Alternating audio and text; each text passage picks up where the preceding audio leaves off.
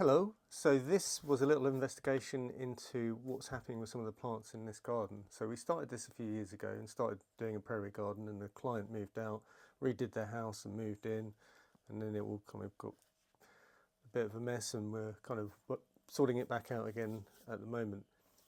But what we noticed was a few things going on with the plants. There was a few deficiencies and weird things going on, so we kind of had a little bit of an investigation. So just to give you a rundown, this is Chiswick Riverside, so that the stairs over in the back left corner, the steps there, that is a clay bank which protects the garden from the river. And yep, it's clay, so it's solid. It might have a wall in between, I'm not really sure, but the water level comes up about halfway up that set of steps. So it would flood this garden if it wasn't there. The garden we did next door, we found a band of sand about 15 inches down, and then that was about 15 inches of sand, bright orange, and then further down we found another area of sand and gravel when we dug out for a pond. And what we noticed there is that the top layer of soil is silt, so it has a very kind of strange dynamic. Along the riverside you get all of these weird dynamics, that you get areas of gravel and sand and silt from where it's been moved around over, I don't know, hundreds of thousands of years. So it's quite strange. You get all these underground streams, and generally the whole area, the water runs down towards this garden from the rest of the surrounding area in Chiswick, and it goes through the riverbanks. So when you look over onto the river, you see all of these little streams coming out the sides of the riverbank. So we decided to look around at some of the plants in here, and we'd put organic compost in when we first got there to, add some bulks of soil, loosen it up, aerate it, get organic matter in there and get it going. So we did the initial things, but having a look around we found a few odd things. There's another picture of some of the garden. You can see it's got a little bit of colour in it. We're going to try and add some more to that. This was a camellia in the front garden. The yellowing in there looks to me like it's a little bit of sun brightness, kind of like scorching it slightly. This was a strange deficiency in a weed, which I thought was iron, but it could actually be trace element. I think that might have been manganese. And then this is the tip of a Chinomales, which was coming out the back of a yew tree, which we want to get rid of at some point. But you can see it's white, which is an indication of an iron deficiency. And there's also very mossy in the lawn next to it, so it looked like an iron deficiency as well. And then this slight paler new growth could be an iron deficiency as well. So all the indications were to me iron deficiency. And we had this rhododendron which was suffering a little bit. We actually put some iron feed on it, which had a little bit of a negative effect on some of the lower leaves, which got a little bit scorched, and it didn't really change. So that I also thought might be a trace element, so I was thinking manganese or molybdenum. I was thinking more manganese, to be honest. And then this is a Weigela, which is in the front garden, which looks like it's got potassium deficiency, so it's got a bit of red spotting around the edge and yellow variegation, yellow discoloration, chlorosis. And then this is penstemon, which looks like it's got something like a phosphorus deficiency. It's like purple kind of leaves, but very, very difficult to work out what's going on with that. The other penstemons look really nice and dark green. One of them looked very nice and dark green, but not much in the way of flowers, and some of the others had flowers, but maybe slightly not looking so good in the colour. So I don't know, is that potassium deficiency? They're all slightly different, it's all a bit weird. And then this begonia looks like it's got a bit of a potassium deficiency because it's got the red edging on the right hand leaf, and it's slightly paler. But it's also possible phosphorus deficiency on that other leaf on the left. It's very, very tricky to tell sometimes because it's very close, maybe even two deficiencies in one plant. You're not really sure what you're looking at. So we got a soil test done, And it was a bit of a surprise because we thought the soil was 6.5 pH to 7.5 pH, which is acid to neutral, and it turns out it's actually alkaline, 7.9, so closer to 8 pH.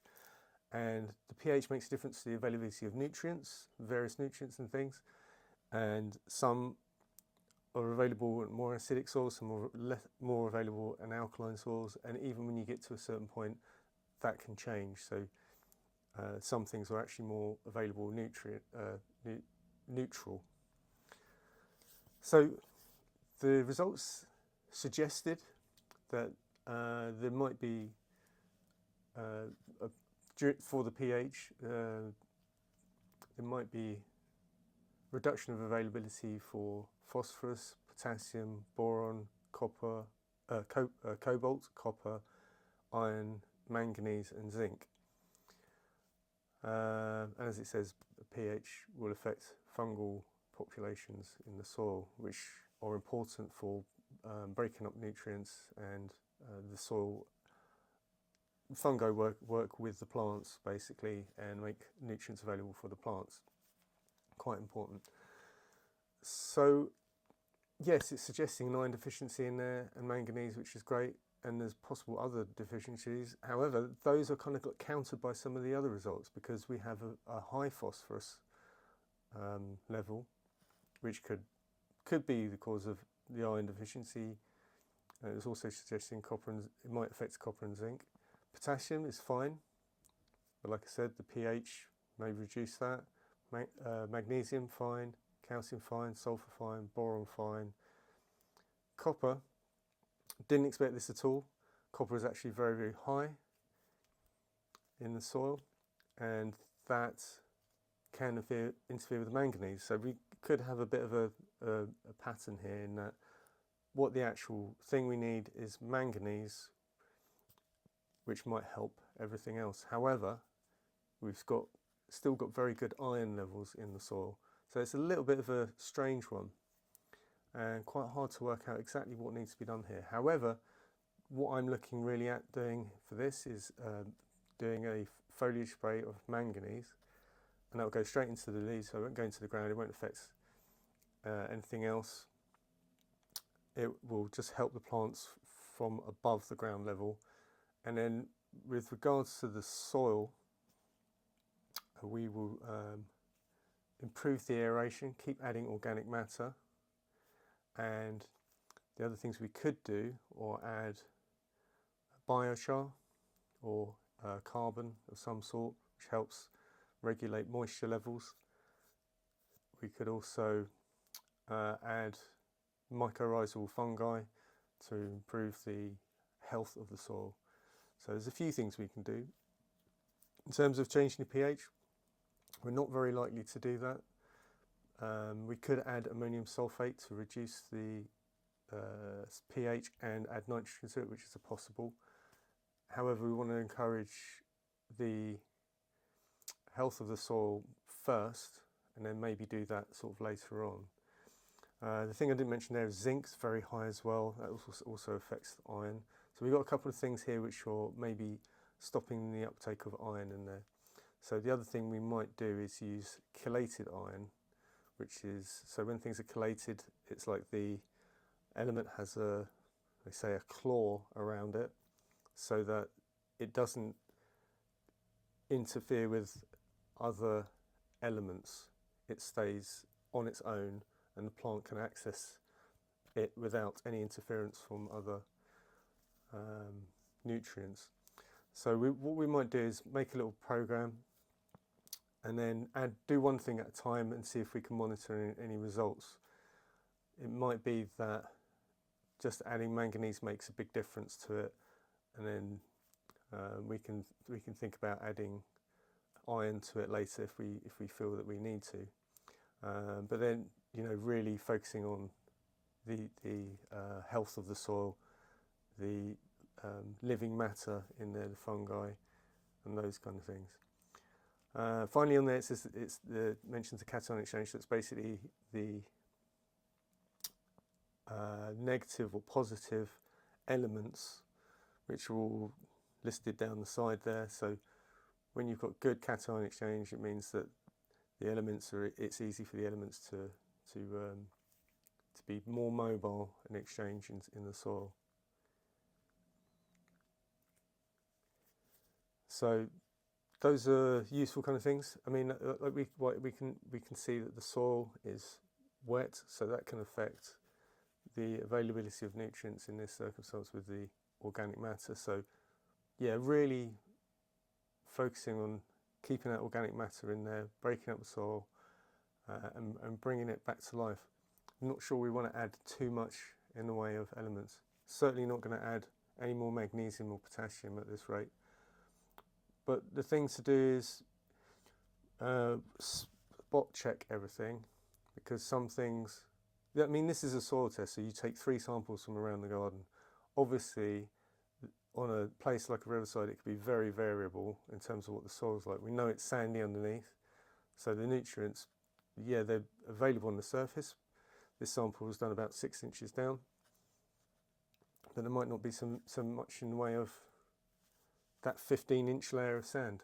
It's a bit of a challenge. It's like it's not easy to work this out, but we kind of needed to do it because we knew there was something not quite happening, and it's given us something to work on, and then so we can work on that and see what results we get.